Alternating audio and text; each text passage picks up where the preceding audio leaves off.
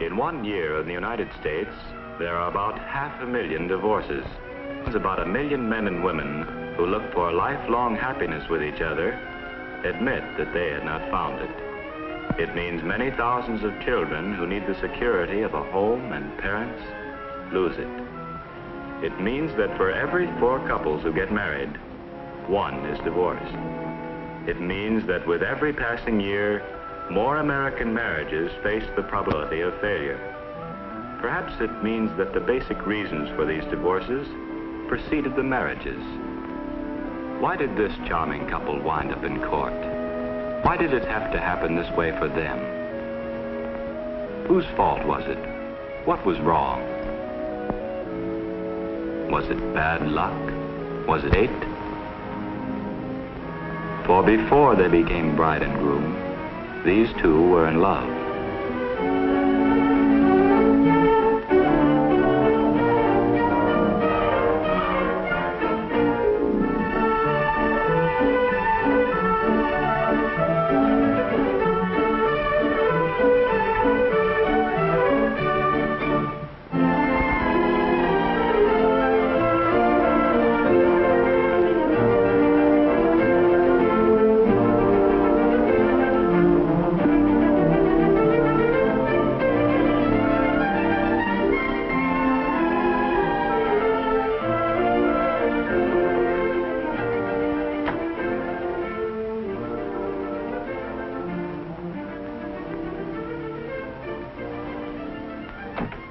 Did you ever see such a day, Ken?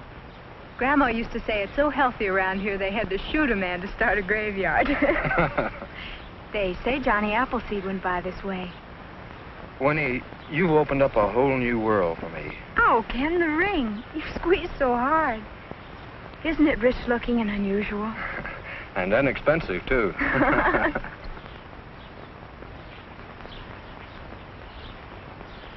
Ken, I can hardly wait until September to get away. It'll be such fun to be together all the time, and we'll be so close to everything in New York. Art shows and foreign films, and, well, I'll even see the ocean for the first time.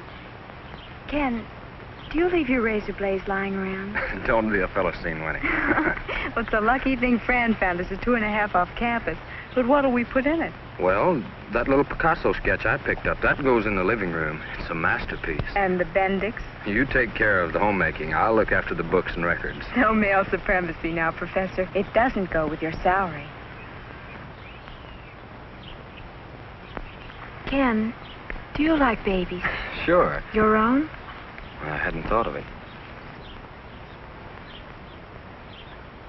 Are you insured, Ken? No. Why? Well, we know so awfully little about one another, don't we?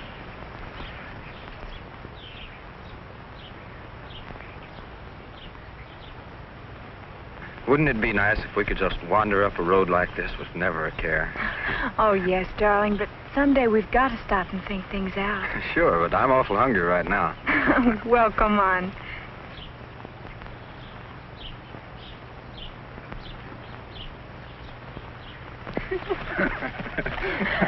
A man chases a woman until she catches him.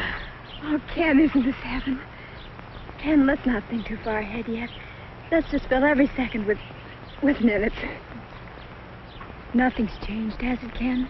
Of course not, Angel. I'm still a mystery to you? As mysterious as life itself. I wanted to stay this way forever and ever.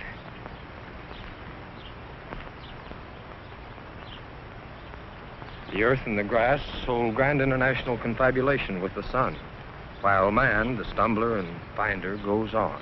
But, Ken, that's beautiful. You're a great writer. A teacher of great writing, Winnie. That was your most famous poet. Sandberg, I know. But, Ken, you're going to be greater than he. You're going to be one of the most famous novelists in America. If I ever get the novel written. What do you mean, if? Of course you will. That depends on how easy you are to catch with a typewriter. I never run away from you. Not really. Sometimes you do. I think I've caught the way you talk or feel, but when I try to put the words on paper, they don't ring true. I realize that I don't know you well enough to recreate you. You will, Ken. I have all the faith in the world in you.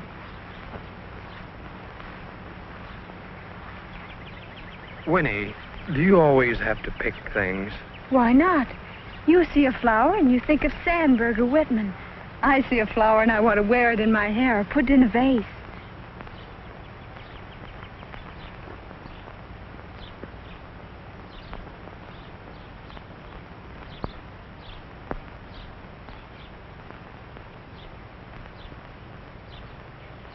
Nature was kind to your face, Winnie.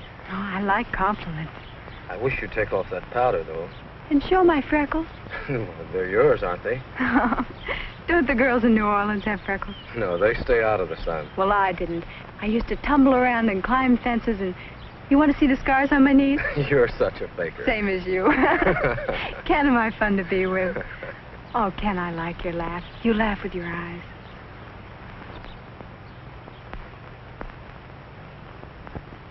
You know, when you're 100, I'll be 105. I want to die before you do, Ken. Blue eyes say, love me or I die. Brown eyes say, love me or I kill you.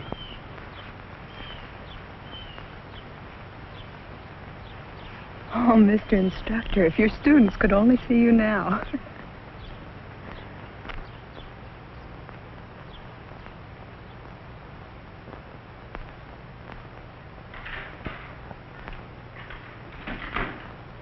Hi. Did you have a good time? Wonderful. I've got to change. At first, I thought it was only a summer romance.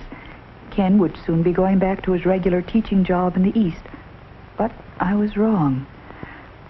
I like Ken all right, but I feel more comfortable with Joe. We know the same steps, like the same books. She could have got engaged to so many nice boys in town. They used to shower her with attention, put her on a pedestal. I guess they were too easy to get. Sometimes I think she just wants to get away from home. But that's Winnie. Always searching for something beyond her reach. She has to know as much or more than anybody else. No wonder they gave her a job in the dean's office when she graduated. She was a star in her own little world. She could breathe life into the dullest routine. She made things go the way she wanted them to. The girls loved her. She was so charming and helpful. I was sure she wouldn't give it up for anything in the world. She seemed to be made for a career.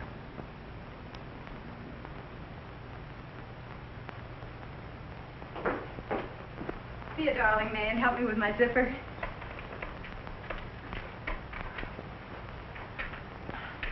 Don't jump around so. Oh, I look a mess. You never look better. Am I too showy? Some of Ken's friends are coming in from the East today. I want him to be proud of me. There they are. Bye, May. Bye. Have a good time.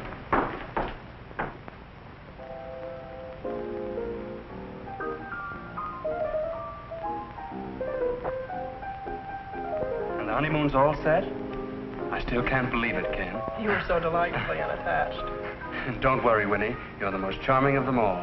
Ken, I know where I can get you some lovely odd chairs. Very functional. Oh? But I thought we were going to have early American, darling. You can trust Fran, Winnie. Her taste is faultless. Why don't we go watch the moon, Peter, while they plan a home for me? Oh, I wouldn't dare, Winnie. I might lose my head. Why don't you tell Fran about your novel, Ken? Is it a secret? Yes, our secret.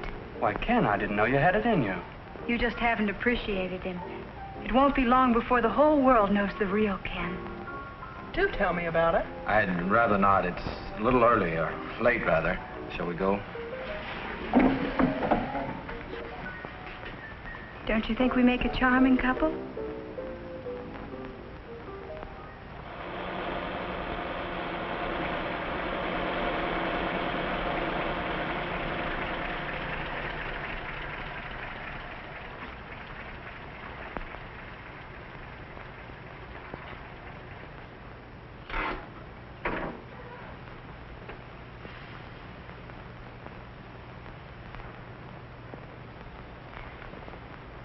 Did I make an impression, Ken? You did all right. I wanted so much to do the right thing. I know. But I felt so left out. That could happen to anybody. Ken, are they all like Fran? Intellectuals, you mean? No snobs. You're imagining that, Winnie. You'll get used to them. It'll take time. To get elevated to her level, is that what you mean? Ken, how can you sit there and be so superior? Don't I count? Of course you do, Winnie. But you can't expect me to give up Fran and Pete. They're my kind of people. I'd hoped that we'd be like them. Well, I don't want to be like her. But what's the matter with Fran and Pete? Ken, I think you better take me home. If that's what you want, sure. Why not?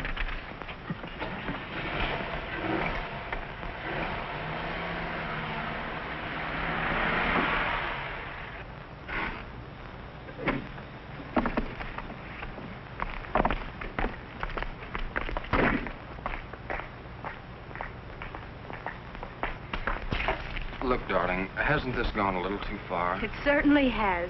But you can't expect me to be any different from what I am. Don't you expect to change, even a little? After all, I've been giving up everything in the world for you. But what if I don't write that novel? Ken, you don't seem to realize yourself how good you are. No wonder Peter But said I've what never he had anything published. You're being unfair. Why? Because I want you to be famous?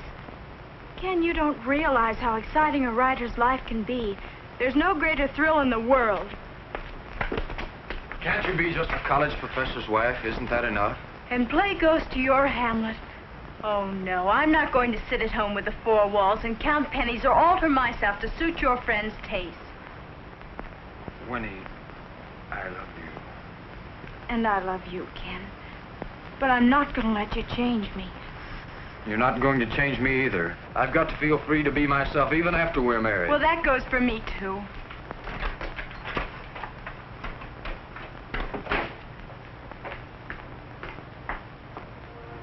He was in one of those moods again, and late as usual. But he was very popular, and nobody minded, of course. He liked to hold his class outdoors when the weather was nice. He called it Folk Origins of American Poetry. But Lit 131 was more than that, really, much more. He had read a lot and traveled widely and was a brilliant lecturer. But he was too easygoing. There was no discipline at all. He was so informal and so impersonal. I didn't think he could belong to anyone. He used to invite me up to his room once in a while. I could never figure out his game. He enjoyed things much more than he enjoyed making something of himself. He liked to talk about the folklore of the country people, the ballad singers and their musical instruments. He took pleasure in new values and ideas, and especially he liked the feeling of a university wall around him. He never was called on to make any practical decisions. He could go on thinking and dreaming and doing as he pleased. He left early one morning. Later I heard he went on a field trip with Professor Gates. He was gone for days. He made sure it was way out where no one at all could reach him. His words were few, but his looks, they will linger forevermore.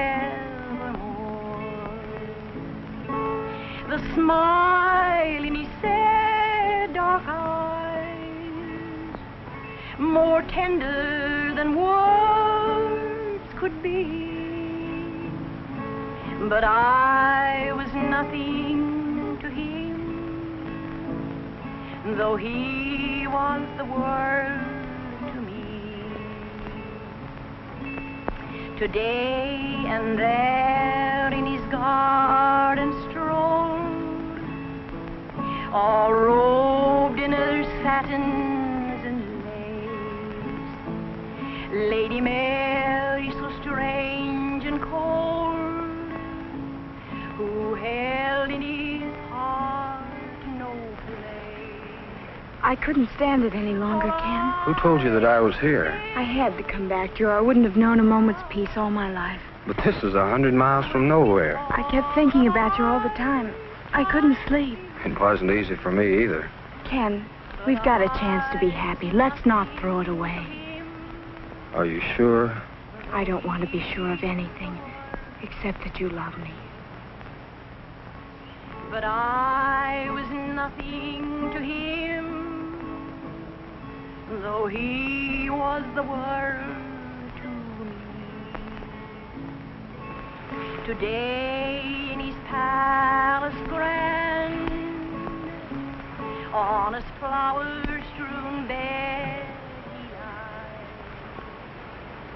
With his Ken, put your arms around me. Oh, Ken, I want so to feel, I don't know, together again the way we were. You're so lovely, Winnie. For every woman in this world, Ken, there's only one man. So enchanting. When you marry for love, Ken, you're always happy. So seductive. Are you going to be nice again, Ken? You'll see now. And you'll be an angel about everything. Always. And we'll never disagree about anything at all. Never. And you won't forget my birthday? June 26th. And promise you won't take me for granted.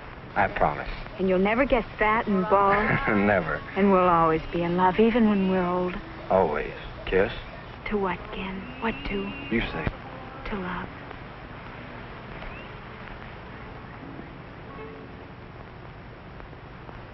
Good-looking, healthy, clever. A beautiful bride.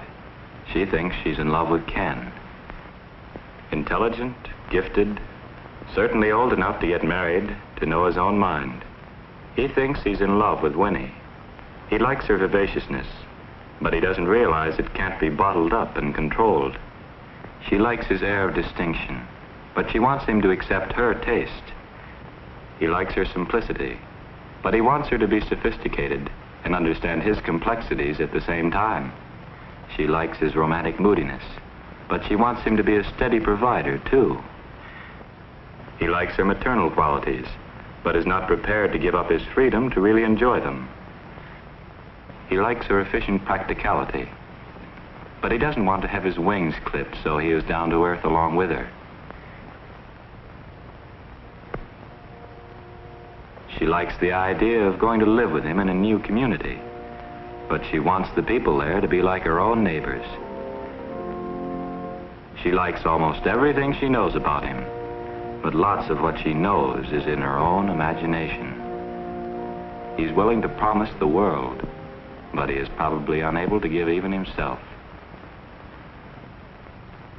What a lovely picture this bride and groom make. They might have found each other, but instead they've remained strangers. Each is a dream in the other's mind. They don't want to accept each other as they really are.